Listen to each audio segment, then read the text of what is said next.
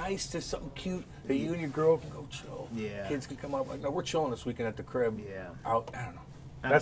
That's how I look, man. But you know what? You're right. I need to start looking ahead. Yeah, just think about it. Really? All set? Yep. Okay. Well, Cam, man, I mean, we're all talking about it. I mean, you gave me an interesting perspective from when you were watching the game because you've been around in that building, you know how these buildings are set up. What did you see last night? Well, we didn't see much because there's such a big gap right there. Whenever you come off the ice, you know, first off, there's a TV timeout. And then it comes back and no one's saying anything and all the guys are crowded around. I thought maybe an usher went down, but you can't tell because you open the bench there and it's such a big gap so the camera couldn't see over it. So you're like, is it a player, is it not? But then they started like counting and I'm like, there's somebody missing.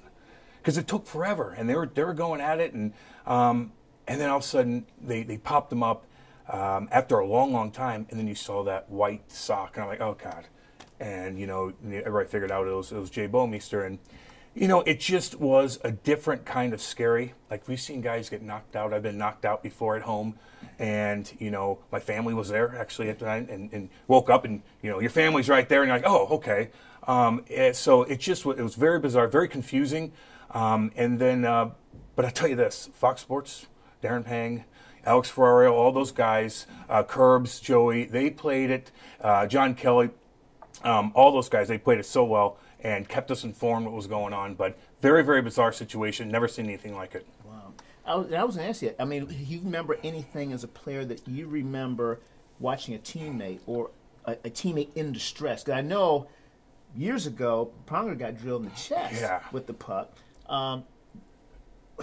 As a teammate, what do you possibly think? Oh, gosh. As a teammate, those guys are crying. I mean, both teams were. Coaching staff, everybody was like, very, very confusing. The Pronger situation, you kind of knew, like, you didn't know what was going on, but you're like, okay, he got hit by a puck. So you're like, okay, we know why. But J-Bo, you watched that whole shift beforehand. They isolated him. He's just going back, and he's just doing his thing, making good plays. He was playing great. He made a nice little dump, and he gets off, and he just sits down, and he fell forward. And all of a sudden they showed that other clip, and Petro goes crazy, Vinny Dunn goes crazy. But I will say this. He was in the best spot for that to happen. You have the best of the best. You have Ray Briley, who's the best. If I was ever in a jam and I knew Ray was right by me, I'd be like, okay, feel a lot better about the situation. You have all the best doctors right there. You know, your father's in the stand, and people were kind of worried about that. I'm like, no. Like, I remember my dad being there, even when I first got stitches, and I woke up and he's right there. It's like having an angel by you. Like, it really is.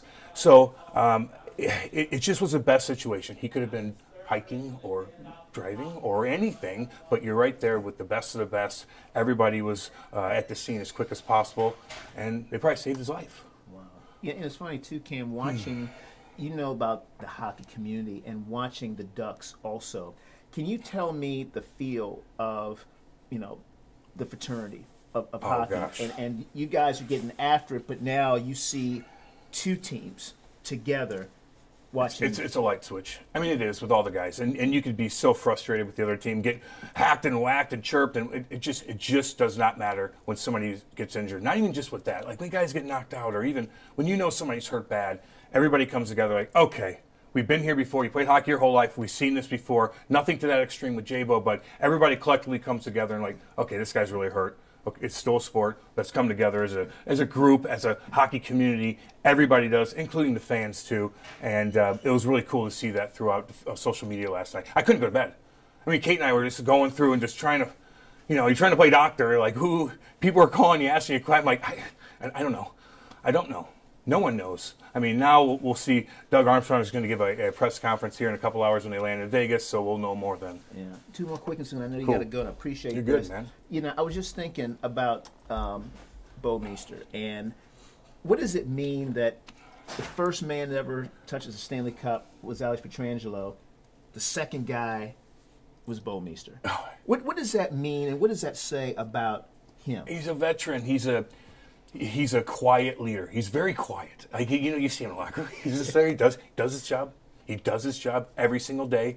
He's a professional. You know, he doesn't say much whenever you ask him questions. He's very stoic, I guess. But everybody loves him. you all look. You know who all the good guys are too. You know, in hockey, again, the hockey world is very small. Everybody knows everybody, and that man is a great man and teammate. And that guy played almost 800 games straight. Think about that. Think about, he's a penalty killer. Think about all those slap shots you're taking off the ankle. I don't even like to go around pucks. Like if a shot's coming, I'm jumping out of the way. He's blocking shots with his face, with his hands, and that guy's an absolute warrior. And, you know, he's going to be okay. You know, hopefully he's going to be okay. But I just think the guys are all, that you had to quit, you had to stop the game. I mean, you had to stop the game. Are you kidding me? Yeah. Guys are devastated. The fans are like, okay. No one complained. Not at all. Everybody knew it. But they played it right last night. And hopefully, again, he's going to be all right. Wow. Final question for you. When you see a scene like that, how does this maybe affect the team going forward? Obviously, you're going to have to find out what is wrong with him. But, you know, I guess, you know, how much does that bring a team maybe together even more? Well, I think the shock factor's over now. And the guys they're FaceTiming him in the hospital. So the guys are all together, coming together, FaceTiming them. So that's just, now they're connected back again. When you don't see him and he's rushed away, everybody's like, oh, God. But once you kind of know what's going on, you can see him, literally see him and talk to him. The guys are probably like, okay, now it's time to take care of business because you still got to go to Vegas and do your thing. But, of course, like they're going to this is a winning team. These guys are champions. And one of their guys goes down like that, they're rallying together, and they're going to go play some hockey coming up here. And, you know, I'm excited to watch. I'm sure Jay Bouwmeester is too. My man. Is that cool, man? Right on.